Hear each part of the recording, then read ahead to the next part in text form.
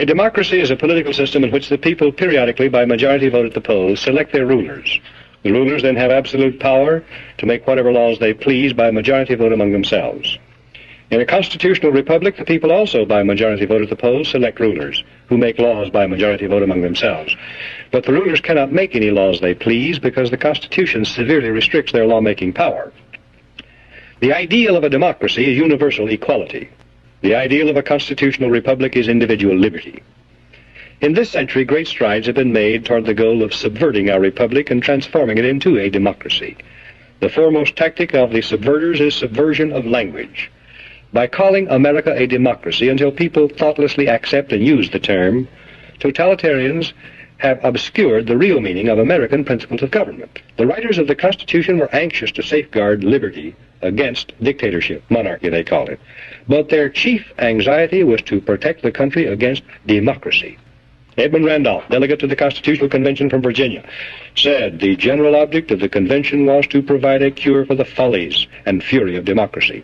Elbridge Gerry and Roger Sherman, delegates from Massachusetts and Connecticut, urged the Constitutional Convention to create a system to eliminate the evils that flow from the excess of democracy. Alexander Hamilton, delegate from New York, said, "We are now forming a Republican government. Real liberty is not found in democracy. If we incline too much to democracy, we shall soon shoot into a monarchy."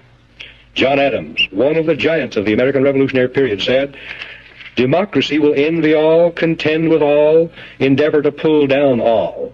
And when by chance it happens to get the upper hand for a short time, democracy will be revengeful, bloody, and cruel." America was founded not as a democracy, but as a constitutional republic. We pledge allegiance to the republic, for which our flag stands, not to a democracy. The Constitution requires a republican form of government for all states, but does not mention democracy, and neither does the Declaration of Independence or the Bill of Rights. As Benjamin Franklin left the State House in Philadelphia on the closing day of the Constitutional Convention, a woman asked him what kind of government the convention had given America, and Franklin replied, "A republic, if you can keep it." Very old and very wise, Franklin saw through the mists of time to the day when Americans might trade their freedom in a constitutional republic for the promise of government guaranteed equality and security in a democracy. And beyond that, to the day when democracy inevitably degenerates into dictatorship, guaranteeing nothing but poverty and serfdom for the people it robs and rules.